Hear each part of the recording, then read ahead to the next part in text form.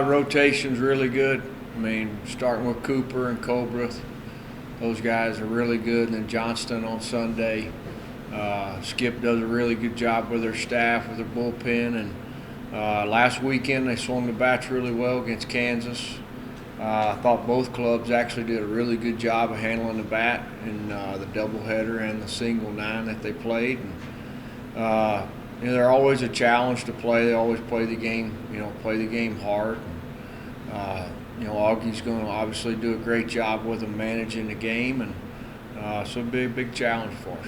I know overall they haven't really met the expectations that they probably set for themselves, challenged themselves in non-conference, but started out pretty well in Big 12 play, especially with a couple wins over TCU. But is this a team that's a little bit better than their record indicates right now?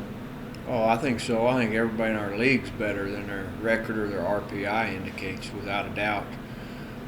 And I mean, obviously, we respect everybody in our league and respect all our opponents and respect the game, and need to go out and play the game the right way.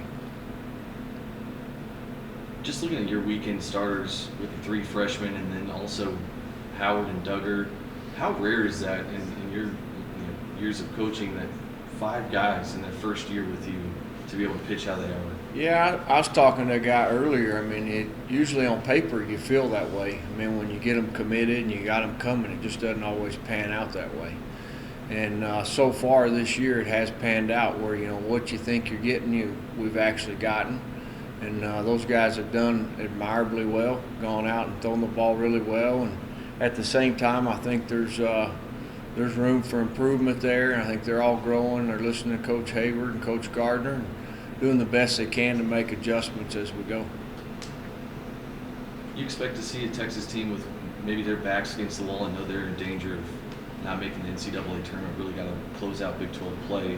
How do you just keep your guys focused, and is there really any need to get them focused for a Texas weekend? You asked 2 questions. I mean, and so as far as our focus goes, we're running into a few distractions. We've got some things to manage there with just tickets, things people say, and really just focus on what we need to do, which is put in a good day and be ready to go tomorrow and Saturday and Sunday.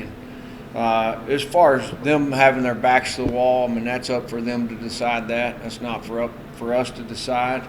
I think everybody in our league shows up every day and, tries to win, tries to play the best they can, and wouldn't expect anything less of them. How special is it this weekend to have all 3 games already knowing that they're sold out and crowd behind you? Pretty neat. I mean, I know we had guys talking about it on Monday and Tuesday. Guys are excited about it. I know Goot was concerned about it even on Tuesday before the game. He thought guys might even be looking ahead to this game. But that's a guy that's played a lot of college baseball games and kind of more than anything just cares. And so guys are excited. I mean, we feel like we got the best venue in the country for us and the best fans in the country. Having been a player and obviously played against, watching the Burnt Orange kind of walk in here and knowing what that rivalry is about, knowing what the fans obviously get fired up for it, does that give you similar emotions kind of when you see Texas and that name across the chest coming? I don't know. I mean, I think the easiest way to answer that would be we've got a lot of respect for everybody that's came through both programs.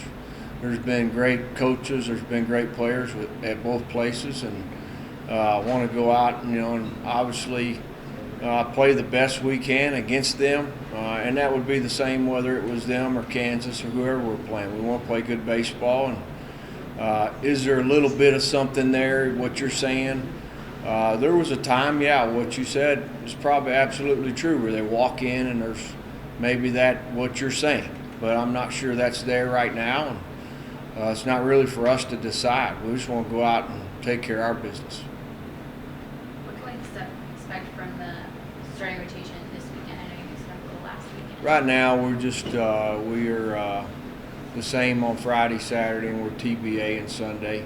Basically, because of the way Ryan Shetter threw last weekend, no reason to make that decision right now. Is there anything wrong with Stephen Gingrich at this point? Just giving him some rest? Or?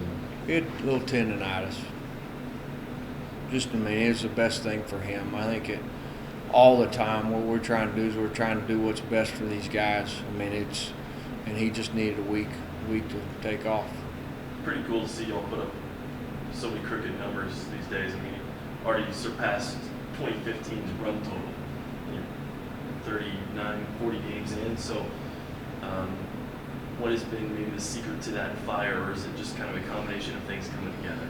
Well, it's interesting. I mean, I think yesterday, I think we did some of the same stuff we've been doing. We just hit some balls right at them. I mean, when you go back and look at yesterday's game, we had some really good at-bats at times, hit some balls hard with men in score position. Balls just didn't find holes. And obviously, we had another big turning point in that game in the middle to late innings. But I would say just putting quality at-bats together. But probably behind the scenes, you're talking about a bunch of guys that really like to work at it.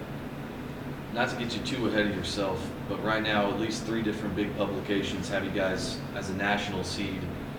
I just asked how important that would be for you guys to be able to have the opportunity to host throughout if you can finish right. Just given looking back at 2014, how things were able to work out where you had hosting a super regional and how big that was to have your home crowd. Well, we want to embrace the opportunity to do that and embrace what you're talking about. I mean, people are talking about it, and that's fine. It's obviously, we mention it in the recruiting process about the opportunity to play in postseason and compete to win in postseason however far you can go. And we're going to embrace the opportunity and what you guys are talking about. At the same time, there's some distractions to manage there as far as let's keep doing what we're doing. We're here to play baseball and play baseball as best we can each day, and need to let media people, baseball publications, whoever wants to talk about it, talk about it. But I would say our deal's been let's do it, then talk about it for most of the year. We need to continue to do that. On Tuesday night, you guys reached that 30-win plateau. It's now the 3rd straight season y'all have been able to reach at least 30 wins or more. Looking back at the last record, Coach Hayes was able to string together 14 straight seasons. Could you speak to just how difficult that may be? Maybe your guys have made that look a little bit easier than it really is. Well, what I do know is the teams that win in the mid-50s most of the time. And we're working towards a goal, which is to play good, the best we can, tomorrow. And then obviously building towards, the long haul as far as postseason goes. And we're not really in the business of counting them as far as that goes. It's you start counting games. I mean, it'd be real easy for anybody to look at it and go, hey, you got 15 games left. You got finals in 2 weeks. Hey, I got to find somewhere to live next fall, and da-da-da-da-da. Am I going to, all kinds of stuff. And where this club's been really good is the day-to-day. Hey, let's play best we can today. Let's win pitches and innings.